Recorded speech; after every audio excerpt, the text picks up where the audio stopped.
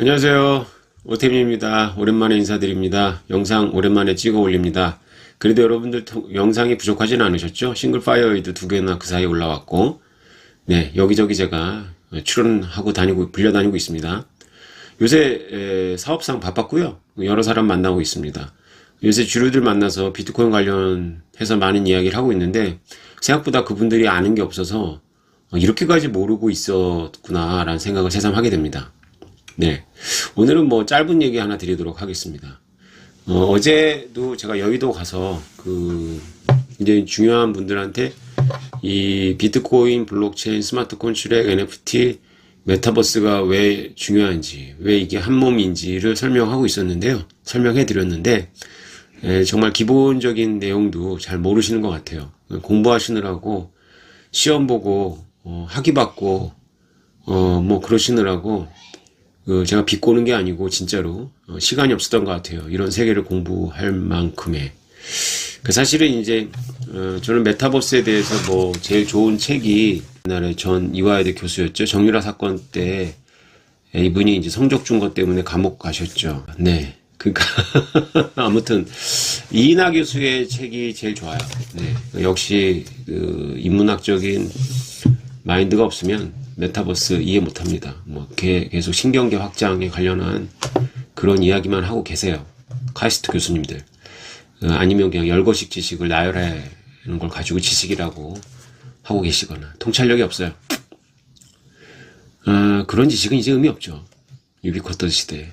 이인하 교수는 소설가이고 문학평론가였고, 제가 대학 다닐 때 내가 누구인지 말하자 누구인가라는 소설로다가 완전 한국 문단을 흔들었고, 영원한 제국이라고 이런 걸 아실 거예요.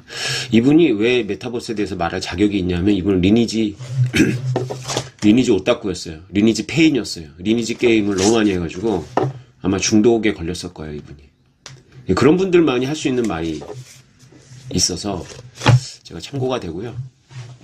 제가 이걸 보고 지난번에 여러분한테 메타버스 중요한 영상 3가지 키워드를 말씀드린 건 아닙니다. 저는 다른 경로를 통해 가지고 메타버스에 대해서 말할 자격이 있다고 하는 건 좀 그렇지만, 저는 메타버스를 보는 시각이 있고요. 제가 지난번 영상에 말씀드렸지만, 제가 첫 번째 회사가 온미디어라는 회사였고, 거기서 제가 사이버머니 팀장을 맡으면서 29살, 28살 때 이야기입니다.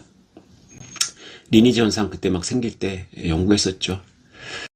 이인하 교수랑 저랑 이제 똑같이 보고 있는 내용이 있어요. 리니지인데, 이 책에도 나오고 제 영상 보셔도 되고요. NC소프트 거잖아요, 리니지가. 2014년도에 제가 비트코인 강했다 책을 쓰자마자 연락받은 데가 NC소프트였어요. NC소프트에서 저한테 와서 경제 강의를 해달라고 하더라고요. 마침 잘 됐다. 그래서 비트코인 강했다 책도 나왔으니까 제가 NC소프트 강의 자료를 만들 때 경제도 강의했지만, 미시경제죠. 미시경제를 강의 안에 넣었지만, 더 많은 비중을 차지했던 건 뭐냐면, 리니지가 왜 비트코인의 산실이고, 그리고 리니지의 아이템들이 블록체인 기술하고 만나면 어떤 혁명이 벌어질지에 대해서 제가 쭉 강의안을 만들었습니다. 그래서 그 강의안을 검토하겠다고 비서실에 달라고 했나 봐요. 그래서 저는 그런 거 모르고 이제 미리 강의안을 드렸는데, 비서실에서 저한테 메일이 왔어요. 비서실에서 직접 온 건 아닌 것 같고, 제 담당 파트너께서 비서실의 지시라고, 회장님 비서실의 지시라고 저한테 알려준 것 같아요. 제가 그때 좀 충격받았어요. 리니지의 아이템들이 현가로 거래되는 것들은 NC소프트는 모르는 일이다. NC소프트는 알고는 있겠죠. 알고는 있는데 NCND라고 하잖아요. NCND. 그러니까 아는 척도 안 하고 모르는 척도 안 하고, 부인도 부정도 아예 코멘트를 안 한다, 이런 뜻인데, 그래서 관련 내용 지워달라고 하더라고요. 그게 2014년 5월 6월입니다 여러분도 아시겠지만 불과 한 달 전에, 한 달이 안 됐죠. NC소프트가 자신들의 아이템과 NFT를 결합해서 주식 가격을 부양했습니다. 주식 가격 부양하려고 한 건 아니고, 이제 그렇게 비전을 제시한 거죠. 7년 6개월이라는 시간이 필요했네요. 그죠? 물론 뭐 제가 얘기하고 나서부터 뭐 시간이, 의미 있는 시간이 뭐 있는 건 아니지만, 어쨌건 제가 느끼기엔 그렇습니다. 감회가 새롭네요. 제가 그때 리니지를 설득하려고, 엔소프트 설득하려고 했던 포인트가 바로 그것입니다. 여러분들은 정부가 법을 만들 수 있는 능력을 갖고 있다는 것에 대해서 어떤 생각을 합니까? 이것은 매우 중요합니다. 사토시 나카모토 자체가 이렇게 말을 했죠. 정부란 플레이어는 내가 게임 상대로 봤을 때 게임을 나하고 하면서 동시에 심판도 보는 거예요. 필요하다면 자기가 질 것 같으면 게임의 룰을 바꿉니다. 그러니까 뭐 좋은 심판이건 나쁜 심판이건 그건 중요한 게 아니에요. 그냥 그런 정부란 그런 상대인 거예요. 그럼 정부랑 게임에서 이길 수 있을까요? 그런 상대하고 게임에서 이기기 어려울 거예요. 그러나 사토시 나카모토의 비트코인은 그런 정부를 전제하고 만들어냈기 때문에 의미가 있는 거겠죠.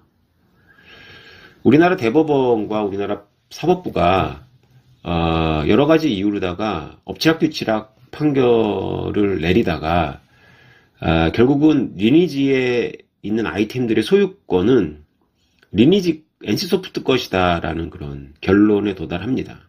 뭐 이것은 이제 몇 가지 엎치락뒤치락한 판례들이 있었어요. 우리나라의 디지털 자산에 대한 판례들이 많이 쌓였는데 대부분은 이제 리니지와 관련한 민사, 형사 소송들이에요. 뭐 예를 들면 이런 겁니다. 오토파일럿으로다가 이제 막 오토 프로그램이라고 해가지고 기계가 이제 채굴을 하잖아요. 그 리니지의 아이템들을. 그런 것들을 그거 이제 약관에 보면 그런 걸 막도록 되어 있죠. 하지 못하도록. 약관을 어기고 했다는 이유로 그 아이디, 그 캐릭터를 아바타인가요? 그 계정을 동결합니다. 근데 이제 단지 계정이 동결되는 게 문제가 아니고요. 굉장히 비싸잖아요. 리니지 세계가. 그래서 소송으로 가죠. 그러면 약관이 존중을 받는다. 이런 식으로 판례가 나왔어요. 저는 리니지를 공부하기 위해서 리니지 관련한 판례들을 쭉 찾아본 적도 있습니다.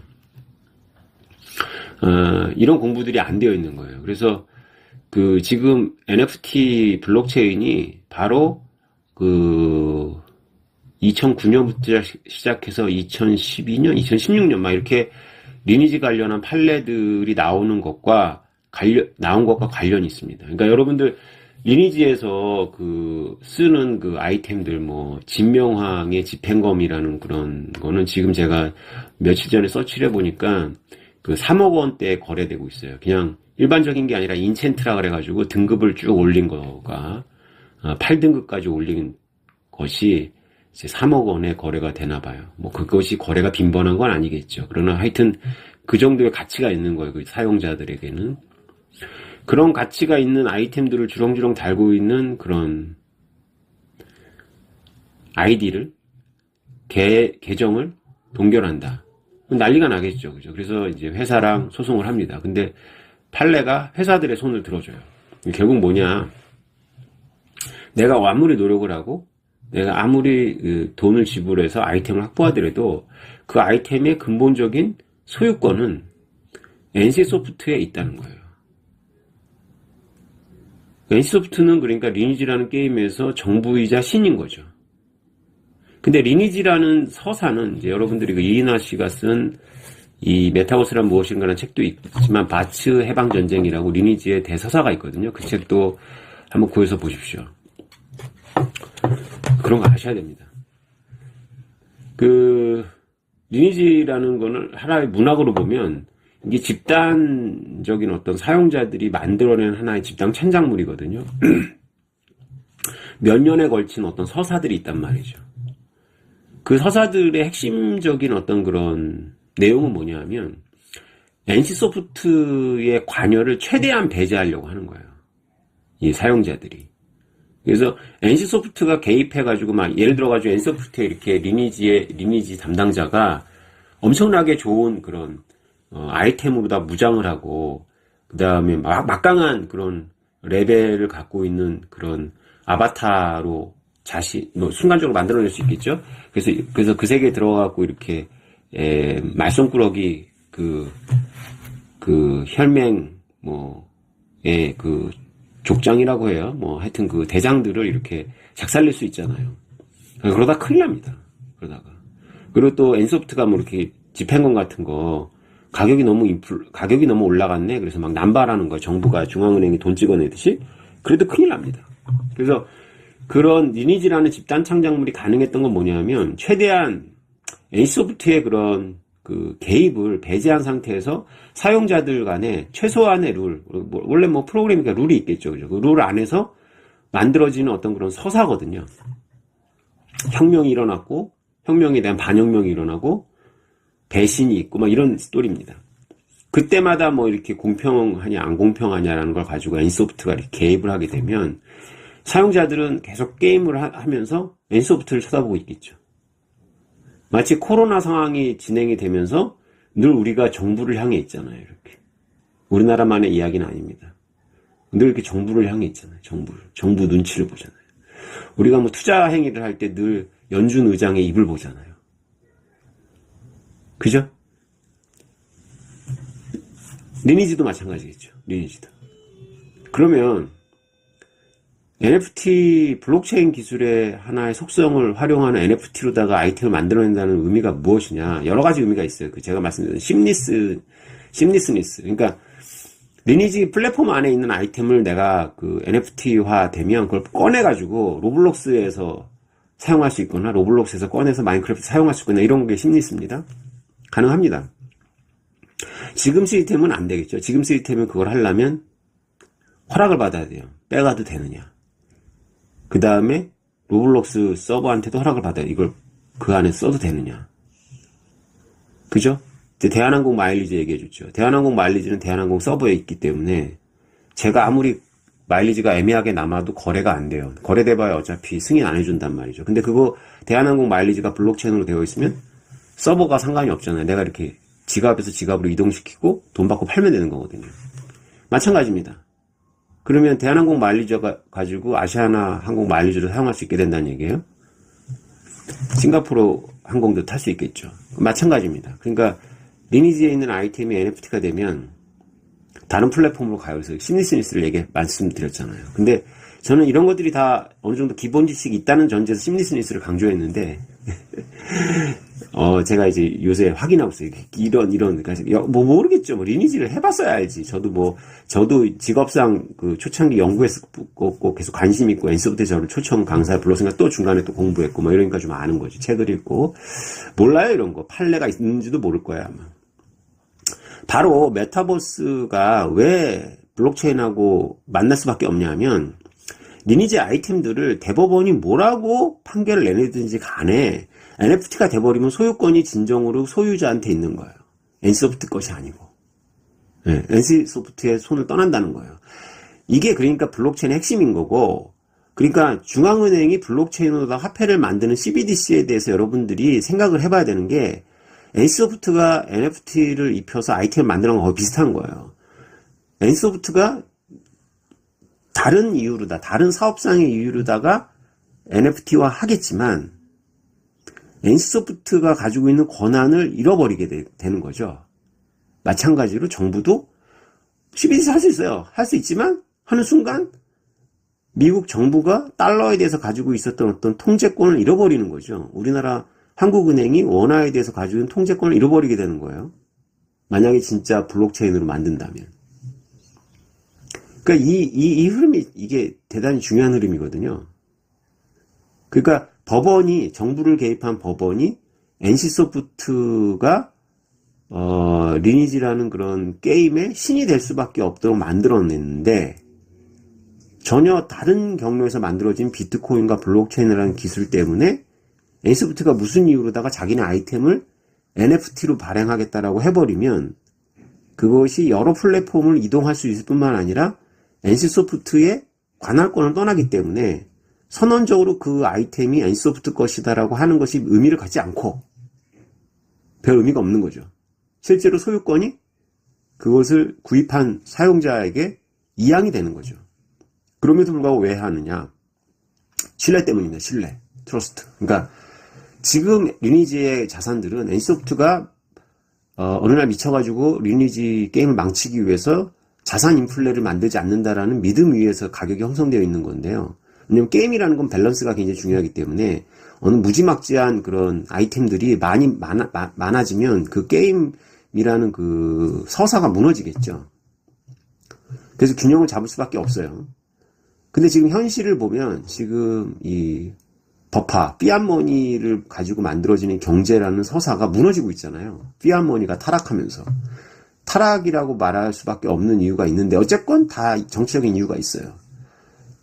그런데 만약에 그런 돈들이 NFT화 되듯이 블록체인화 되면 그런 문제로부터 해방이 되는 거죠. 신뢰를 다시 회복하는 겁니다. 그래서 결국은 신뢰를 얻기 위해서 자신의 손을 묶는다. 내 발을 묶는다. 정부가 내가 이것만 하고 더 이상 개입하지 않을 거야. 믿어줘. 네 정부가 하는 짓 보면 결정적일 때마다 개입하던데 아니야 진짜 개입 안 할게. 믿어줘. 라고 하면서 블록체인으로 자기 손과 발을 묶을 수는 있겠죠. 그렇게 되면 이제 정부가 그것을 자기의 손과 발을 묶으면서도 신뢰를 확보하기 위해서 하는 거죠. 그래서 우리가 미국이나 이런 중요한 국가들보다는 아프리카나 동남아시아나 남미의 국가들이 비트코인을 화폐로 채택할 것이라고 예상하는 이유가 신뢰 자체가 정부가 신뢰 자체를 잃어버리면 뭐 발권력 자체가 형식적으로만 존재하는 의미가 없거든요. 그래서 신뢰를 회복하기 위해서 달러에 연동시킨다거나 혹은 비트코인에 연동시킬 수 있겠죠.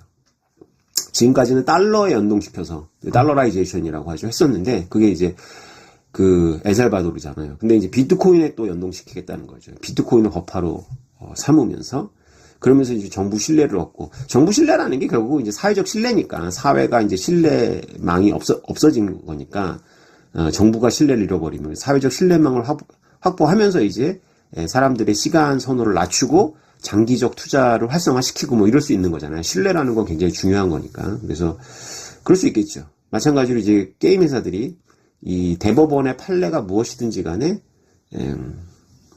자신을 구속하는 방식으로 이런 식으로 진행할 수 있겠죠. 네.